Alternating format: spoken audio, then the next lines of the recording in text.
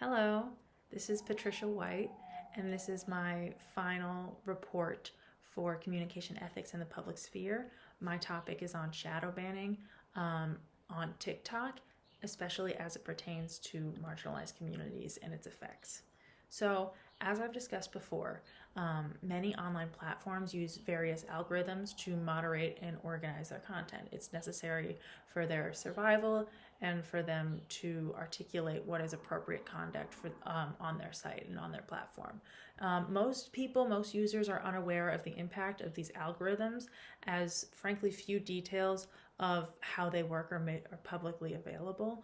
They're still a mystery to many. But content creators might experience something that's called shadow banning, which is a dip in general engagement, likes, comment, interactions with their post as a result of this. So it's a practice of blocking a user or their content from an online community so it's not apparent to the user that they've been banned. So a user can continue posting as normal, but it'll be hidden from the rest of their community. This is done without a user's consent or knowledge, and it is a form of algorithmic censorship. So it's been well documented that this has been done all over the internet, including TikTok. TikTok has been in the center of several controversies regarding censorship and shadow banning. And this is particularly interesting given the growth of TikTok in recent years. There are over 300 million videos on TikTok currently with the hashtag shadowbanned, amassing in over 4 billion views collectively. So shadow banning is not a new concept. It dates back to as early as the birth of the internet, in the 80s, even 70s. But the phenomenon of shadow banning became prominent again in 2017 on Instagram. Certain users noticed their posts were being prevented from being discovered, and Instagram even openly admitted to limiting types of posts from being recommended on Explore and hashtag pages. So Instagram acknowledges this practice, and critics of this censoring claim that there are no clear guidelines available for users to know why or when they're shadow banned, or have the opportunity to appeal this decision to ban their content. So, as you can imagine, this practice has a serious effect on marginalized communities. A study I've cited in my research found that plus-size profiles were often were often flagged on Instagram for excessive nudity and sexual solicitation. An article for The Guardian explores the vagueness of Instagram's shadow banning policy and said it leaves users confused as to what is and isn't appropriate. And this is kind of a common theme that I found throughout my research, the general vagueness of these policies. So the article argues that shadow bans on Instagram just serve to censor marginalized communities, and implies that by censoring these bodies more intensely, I guess, than their cis white male counterparts, it implies that these bodies are something to be hidden from view. So shadow banning is a common practice for social media administrators, despite some of its negative impacts. And TikTok is no different. As I mentioned before, it's been at the center of several controversies involving censorship. Most notably, I would say, this past summer, with the resurgence of the Black Lives Matter movement, there was a minute on TikTok where hashtags George Floyd and hashtags Black Lives Matter were being blocked from view, were being censored. TikTok later said that this was just a glitch, but some argued that this was a deliberate attempt to remain apolitical. It started as a tool to moderate and block unwanted, potentially toxic behavior, has become a form of censorship and suppression. And TikTok has positioned itself as a powerful political actor with a tremendously significant global reach. The Intercept reported that TikTok once had policies in place that told moderators to censor content from people it believed to be ugly, overweight, disabled, or poor, really. These documents obtained by The Intercept also show that moderators were told to censor political speech on TikTok via live streams, punishing those who broadcast these types of speech with bans from the platform. And these documents are directly in line with TikTok's censorship activities and provide detail and context to the company's efforts to enforce restraints on its users while trying to maintain a political and a beacon of creativity and expression. And as we examine and critique these practices, it's important to remember that these free-to-use online platforms are ultimately privately owned companies who get to decide the parameters of what is and isn't appropriate and what upholds their brand. That being said, however, as their global audience and power grows, we have to be critical and ask ourselves, whose version of a global community are we working to protect and who is being erased in service of this goal? So TikTok has a history of censoring videos that are displeasing to Beijing and advance China's foreign policy aims. So The Guardian has reported that in 2019, they reported they obtained documents revealing in detail the platform's content moderation guidelines. And according to the documents, the social network instructs its moderators to censor videos that are displeasing, I guess, to Beijing. And the documents obtained by The Guardian banned these materials on 2 categories. So content marked as violations, which deletes it from the platform entirely, and the user is banned from the app. And lesser infringements are marked as visible to self, which allows content to be left up but limits distribution on things like For You pages. So this visible to self infringement is problematic because it can mean that it's unclear to users whether they have posted infringing content or if their post has simply been deemed not popular enough to be shared widely. It leaves users in the dark about the success of their content on the app and gives them an accurate sense of engagement. TikTok has come out and made statements about these documents that have been obtained by the sources I mentioned earlier, and said that they are outdated, they are no longer in use, and in TikTok's early days, they were an approach to minimize conflict on the platform and moderate things like bullying. And the moderation guidelines allowed penalties to be given for things like content that promoted conflict, such as between religious sects or ethnic groups spanning a number of regions around the world. So this statement reflects the company's aim to remain apolitical and a beacon of creativity and self-expression as its global audience grows. It's also important to note that TikTok is owned by a company called ByteDance, a sort of Chinese parallel to Facebook.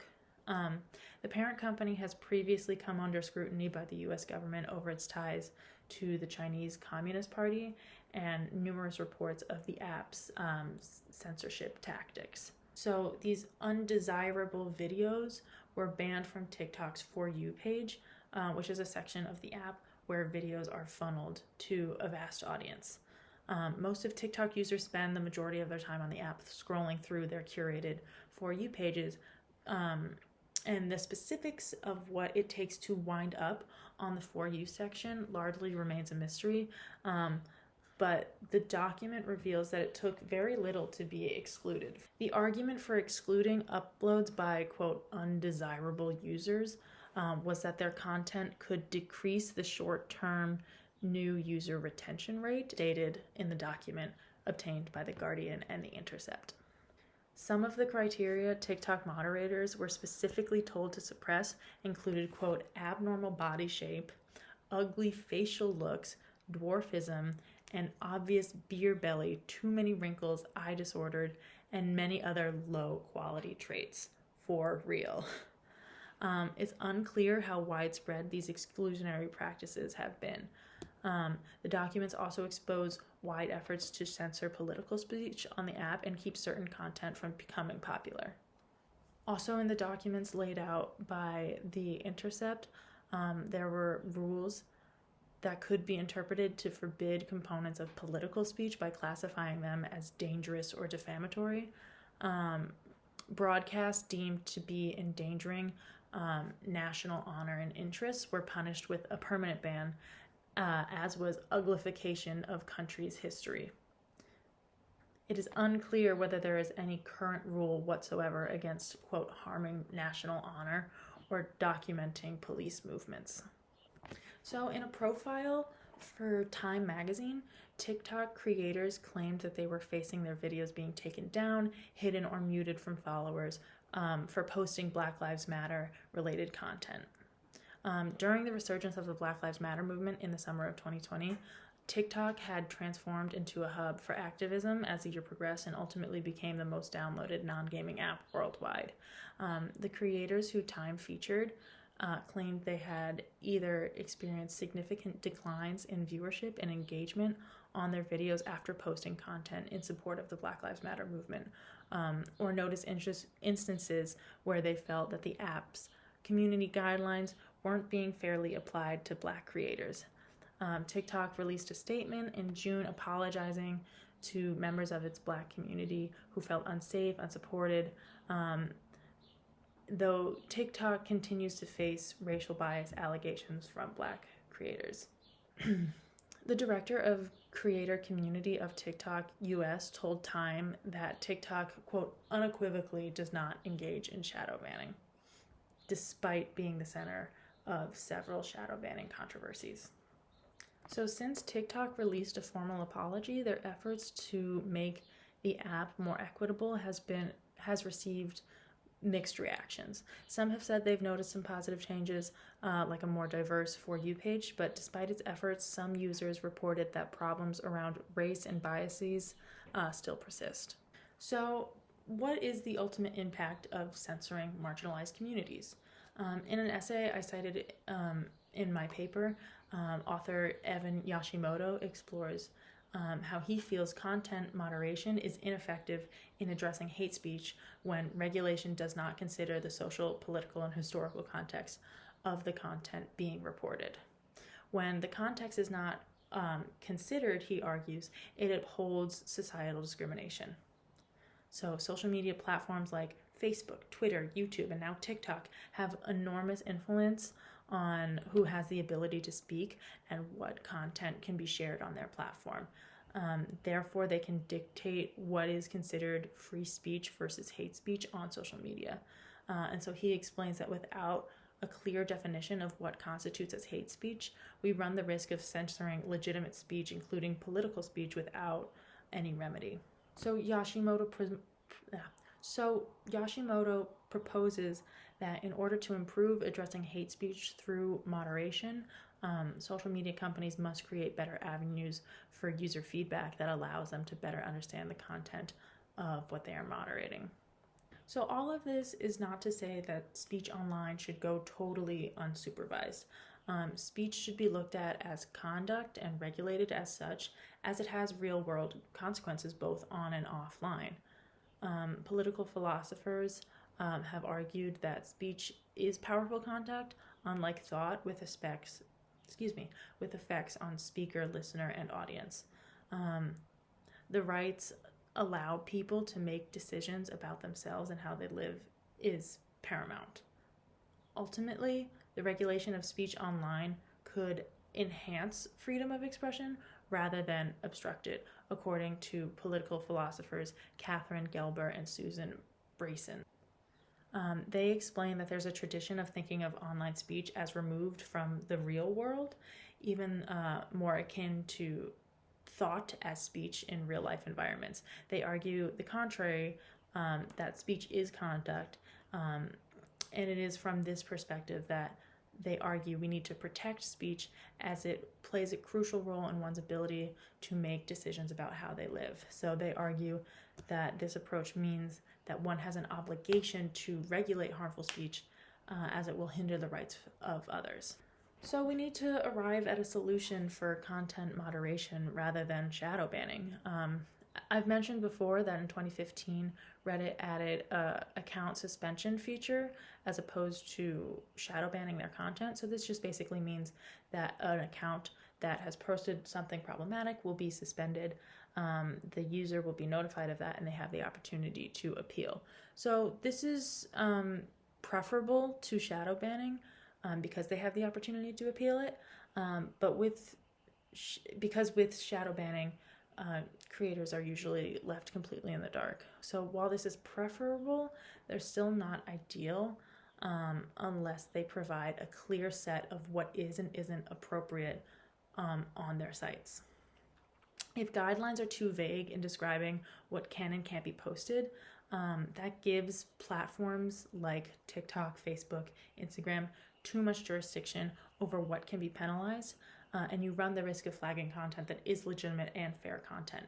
Additionally, we need to further examine the discriminatory biases of these platforms' algorithms, as content monitoring disproportionately affects marginalized communities and further silences their voices. Ultimately, social media platforms need to be more communicative and specific about the parameters of permitted content. So, ethically, shadow banning and censorship online pose a threat to our human right to freedom of expression. Famous philosopher John Stuart Mill famously argued why freedom of expression is a moral requirement of the highest order. He argued that it is just as important to allow wrong opinions to circulate as right, because they allow society to better understand the truth and articulate those opinions. So allowing for debate produces the progress society needs and allows for a better articulation and defense of true and moral ideas. In any moral philosophical discussion, John Stuart Mill indicates that it becomes richer from considering alternative perspectives, diverse perspectives. So as the underlying technology used in these apps continues to advance, the ability of companies like TikTok to monitor dissent and shape narratives will grow exponentially. It is of the utmost importance that we demand transparency and accountability from these platforms, as their censorship practices pose a threat to democratic ideals such as freedom of political expression and free speech. This has been my report. Thank you so much for listening, and have a good evening. Thank you.